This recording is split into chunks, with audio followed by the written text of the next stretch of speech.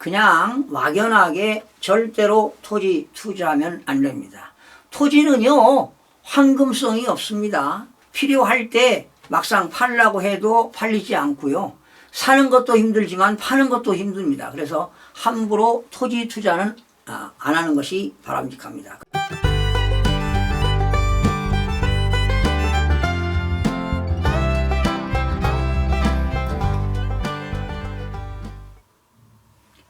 시청자 여러분 안녕하세요. 김동수입니다.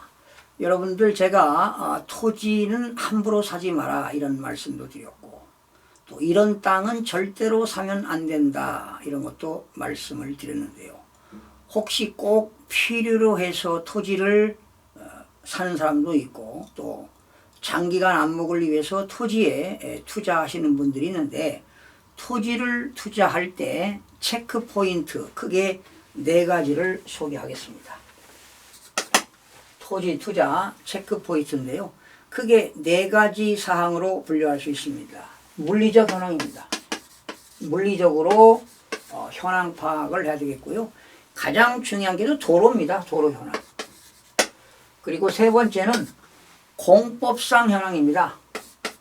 법률적으로 뭐 문제가 있느냐 없느냐, 공적 영역이죠. 공법상 영역. 사적인 또 사법적인 영향도 있는데, 가장 토지는요 공법상 현황이 가장 큽니다. 그리고 마지막에 4번째는 주변 현황이 되겠습니다. 이런 것들을 꼭 체크를 해야 되겠습니다. 그리고 이제 이런 것들이 체크되면 이제 이 공법상 현황에도 여러 가지가 있는데요. 첫 번째는 크게 본다면 이제 법률적으로 검토를 해야 되겠죠. 그 토지가 법률적으로 하자가 있느냐 없느냐, 잘못하면 사기를 당하는 거 아니냐 이런 거. 2번째는 이 땅을 사가지고 뭐 건물을 건축한다, 개발 행위를 한다, 또 지목을 변경해서 뭐 다른 사업을 목적으로 한다, 행정기관에서 건축허가가 나느냐, 지목 변경을 받을 수 있느냐, 바로 행정기관으로부터 행정적 검토가 이루어져야 되겠죠. 자, 이런 것들이 이루어지지만 미래가치가 있느냐 없느냐, 돈이 되느냐 안 되느냐, 수익성이 있느냐 없느냐, 바로 경제적 검토입니다. 이런 것들이 이제 포괄적으로 중요하지요. 그런데 오늘 이 시간에는 그냥 토지를 투자할 때 체크리스트 한번 해보겠습니다. 먼저 물리적 현황부터 살펴보겠습니다. 물리적 현황. 자, 첫 번째, 물리적 현황에는 어떤 것들이 있는가? 만약에 여러분들이 뭐 농지를 사고, 특히 뭐 임야를 살 때요, 경사도입니다. 경사도. 여러분 특히 임야 같은 거는요, 함부로 임야 사면 안 됩니다. 지난 시간에 얘기했죠. 임야 같은 것도 준보존 산지를 사야지, 보존 산지인 공인용 산지라든가 임업용 산지 절대로 투자 가치가 없습니다. 그러니까 이제 준보존 산지, 임야 같은 거는 준보존 산지를 사는 게 좋습니다. 그리고 이 주소를 치게 되면은요, 산자가 들어가는 게 있어요. 65-1번지. 산자가 아니고 그냥 일반 주소인 게 있어요. 이런 게 좋습니다. 바로 준보존산지. 경사도가 20도 미만. 그러니까 급경사가 있고요, 중경사가 있고 완경사가 있는데, 완경사가 좋아요. 20도 미만. 또 어느 데는 지역마다 다른데 20도 미만인 지역, 25도 미만, 이렇게 경사가 가파른 데는 절대로 인허가를 내주지 않습니다. 그러니까 그 지역의 조례를 확인해야 돼. 조례라는 것은 지방의회가 제정한 법규가 되겠죠. 반드시 조례를 확인해야 됩니다. 그러니까 경사도가 높으면 결과적으로 허가를 안 내준다는 것입니다. 그리고 경사가 이렇게 중경사, 극경사는 말이죠, 공사 비용이 많이 들어가요. 경제 원칙에 입각해서 최소 비용으로 최대 효과를 극대화시켜야 되지 않겠습니까? 그래서 경사도가 중요하고요. 2번째는 방향입니다. 방향. 우리가 부동산을 사든 토지를 사든 방향인데, 그 방향은 남향, 남동향이 좋죠. 남동향이 좋은 게 뭐냐면은요, 오후 2시 타임을 고려해서 동쪽에서 해가 떠가지고 이렇게 서쪽으로 기울는 과정에서 남향이 좋습니다. 그러니까 동남향이 좋다 이런 것입니다. 일조권 일조망, 일조량, 햇빛이 많이 들어오는 게 좋다는 것입니다. 그러나 이제 그 방향에서 남동향이 좋긴 좋은데 또 경관이 비유가 좋아야 돼요. 경관도 무시 못합니다. 경관도 무시 못합니다. 그래서 남동향이면서 경관이 좋은 지역에 설정하는 그런 방향을 잘 설정해야 된다. 그리고 세 번째는 조망권이 되겠습니다. 조망권, 비유가 좋아야 되겠죠. 조망권이 어쩌면 방향보다는 조망권이 또 우선될 수가 있어요. 조망권. 그리고 네 번째는 높이입니다. 그 땅의 높이가요, 도로보다 높은 게 좋습니다. 인접 대지보다 높고, 특히 인접 그 지역에 지대가 낮으면 안 돼요. 가급적이면 도로보다 더 높고요, 인근 지역에 있는 대지보다 지대가 높은 곳이 좋습니다. 인접 대지보다 높고 도로보다 높은 지역이 되겠습니다. 반드시 가서 현황을 확인해야 됩니다. 자, 그리고 다섯 번째는 뭐냐? 그 토지의 모양입니다. 모양. 여러분, 이런 모양이면 좋겠죠? 정사각형 모양이면 최고입니다. 그렇지 않겠습니까? 이런 땅이면 좋겠죠. 여러분, 이런 땅, 이런 땅, 이런 거 좋겠어요? 투자 가치가 없죠? 그리고 뭐 이런 땅이 있습니다. 예각, 뭐 예각이다, 중각이다, 이렇게 삼각형이 있는 땅, 이런 땅. 이런 땅은 별로 좋지가 않습니다. 정사각형이 가장 좋은 겁니다. 그러니까 또는 뭐 경우에 따라 이런 땅도 괜찮죠. 이런 땅. 모양이 이렇게 둥그로 이런 땅도 괜찮아요. 이런 땅도 괜찮습니다. 이런 자료형 대지 뭐 이렇게 뭐 이런 땅은 별로 좋지가 않습니다. 그러니까 지적도 토지 모양이 좀 크고 활용 가치가 있는 토지 모양을 살펴봐야 할 것입니다. 자, 이런 것들이 이제 물리적인 현황이 되겠고요. 도로 현황을 좀 살펴볼까요? 도로. 이 도로 현황에는요, 이 도로는 도로법에 의한 도로가 있고요, 건축법상 도로가 있는데요. 건축법상 도로는 4m 이상이어야 돼요. 그러니까 건물을 지으려면 도로가 있어야 되잖아요.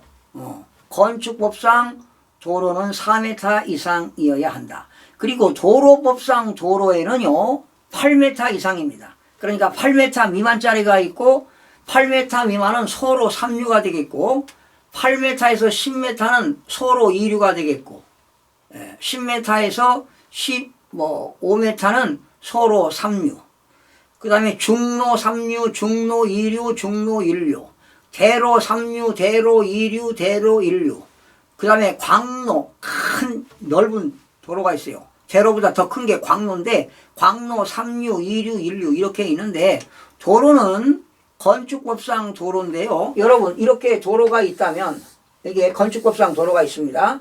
그리고 바로 도로에 있는 이 땅, 이게 내 땅이라면 여기다 건물을 질 수 있잖아요.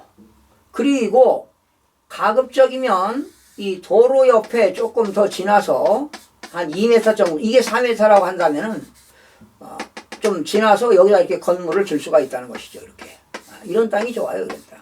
그러니까 건축법상 4m 이상인 도로가 있어야 한다. 도로 2m 이상 접한 것이 좋겠죠. 그 다음에 가급적이면 도로가 포장된 것이 좋겠죠. 포장. 도로가 포장된 게 좋다. 비포장 도로보다는 포장된 도로가 좋다라는 것입니다. 또 여러분, 지적도에는 도로가 없는데 가보면 현황도로가 있어요. 현황도로. 지적도상에는 도로가 없는데 가보면 사람들이 다닐 수 있는 현황도로가 있거든요. 그래도 이런 것들을 좀 확인해 보는 게 좋습니다. 그리고 만약에 도로가 없으면 도로 개설 허가를 받아야 되고, 인근에 도로가 없다면 인근 그 주위에 있는 토지 있는 가진 사람으로부터 사용 승낙을 좀 얻어가지고 도로를 개설하는 경우도 있습니다. 이런 것들이 되겠고, 세 번째는요, 공법상 현황입니다.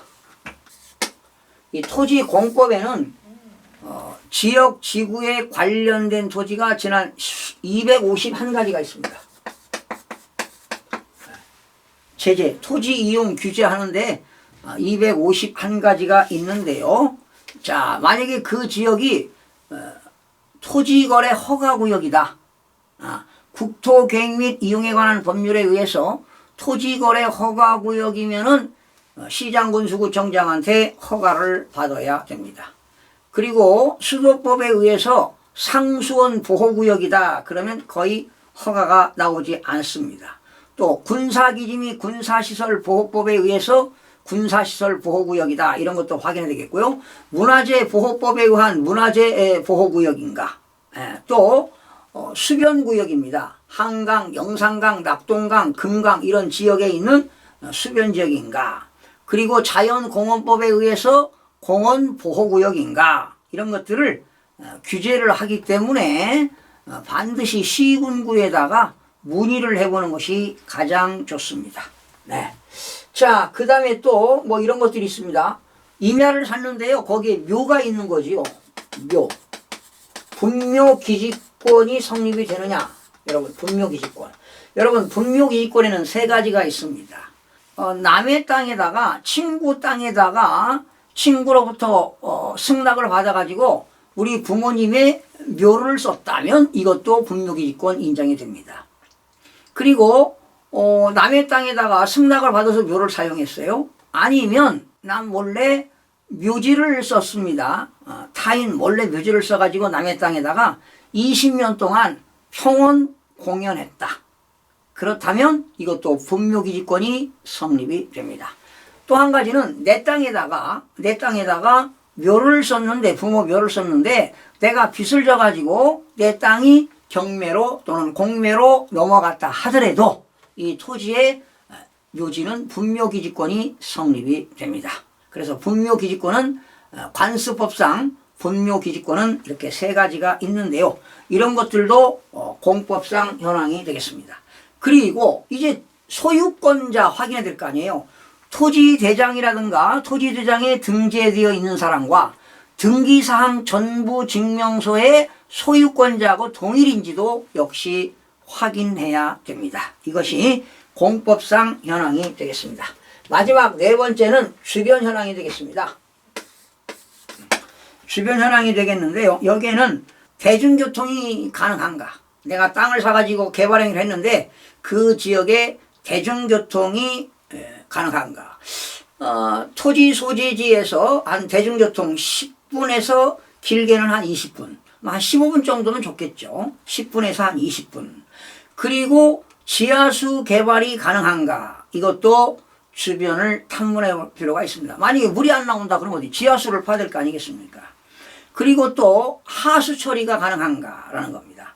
하수 종말 처리장 여부 이런 것들도 확인해 봐야 되겠습니다. 하수 처리 이런 것들도 필요하고요. 그리고 이제 전기가 땅을 샀는데 무슨 뭐 개발행위 하는데 전기가 들어갈 거 아니에요. 한국전력하고 또 통화를 하고 통신공사하고 통화를 해서 전기라든가 전화 같은 것이 제대로 가설될 수 있는가 이런 것들 통신시설도 확인해 봐야 되겠고요. 그리고 인근 도시의 접근성입니다. 인근 도시의 접근성이 되겠는데요. 병원도 좀 있으면 좋겠죠. 병원.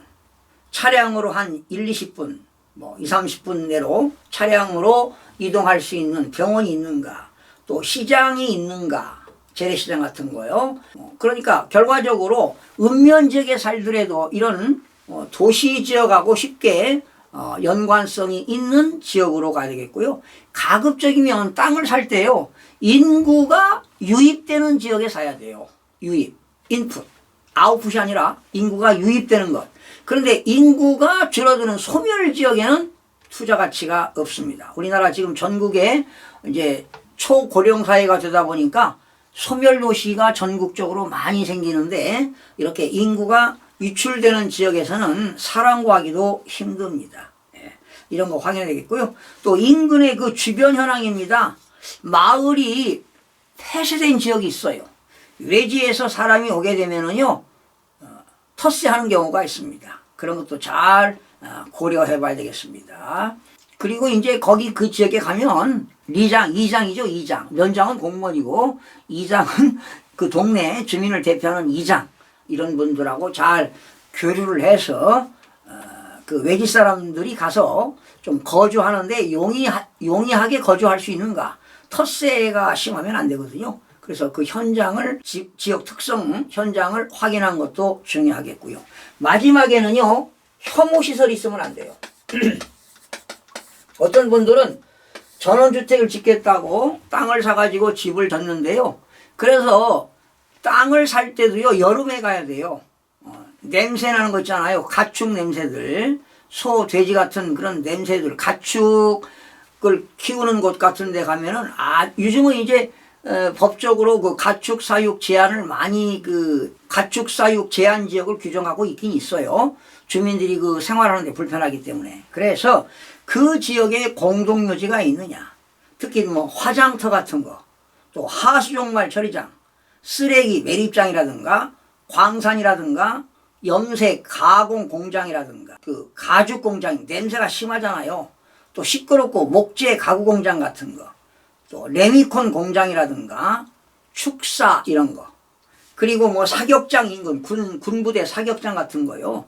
또 고속도로 인근 얼마나 또 차량 시끄럽습니까? 또 군부대가 있어도 좀 별로 안 좋죠. 그리고 군부대가 있으면 군사기지 및 군사시설보호법에 의해서 제재가 됩니다. 그리고 인근에 그 고압선 지나가는 거 있죠. 고압선. 고압선이 지나가는 땅을 선화지라고 합니다. 선화지.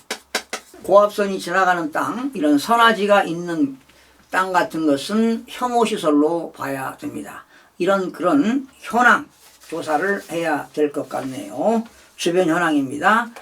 공적인 현황, 주변 현황, 또 도로 현황, 이렇게 물리적 현황. 자, 이렇게 해서 총체적으로 하면은 제가 구분을 지금 19가지를 해드렸습니다. 크게 4가지. 물리적 현황, 도로 현황, 공법상 현황, 주변 현황.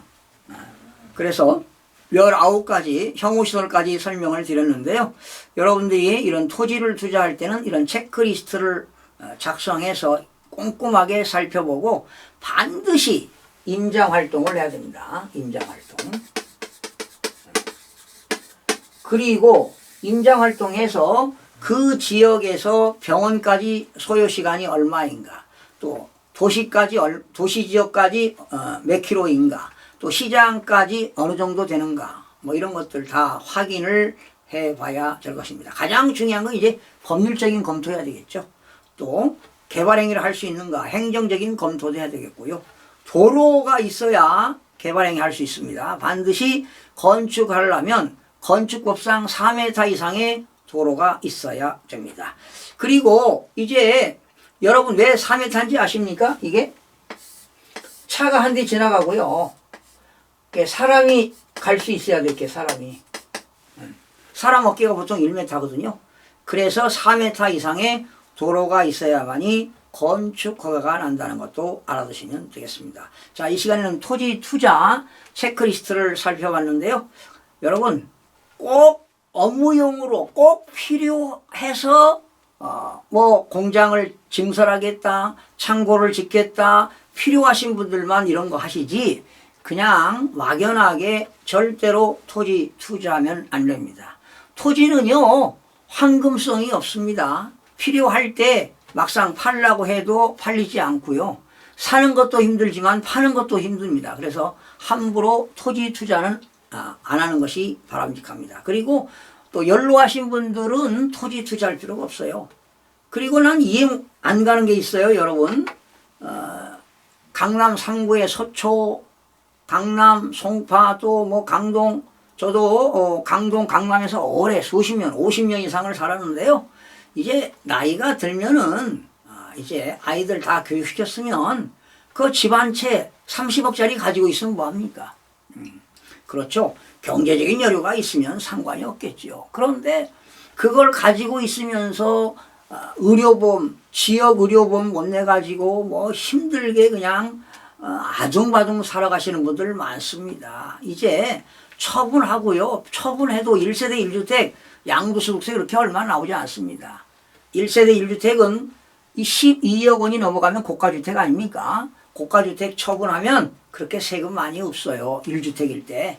처분해서 병원 가깝고 시장 가깝고 또 인프라 있고요. 도시지역 좋은 지역들 많습니다.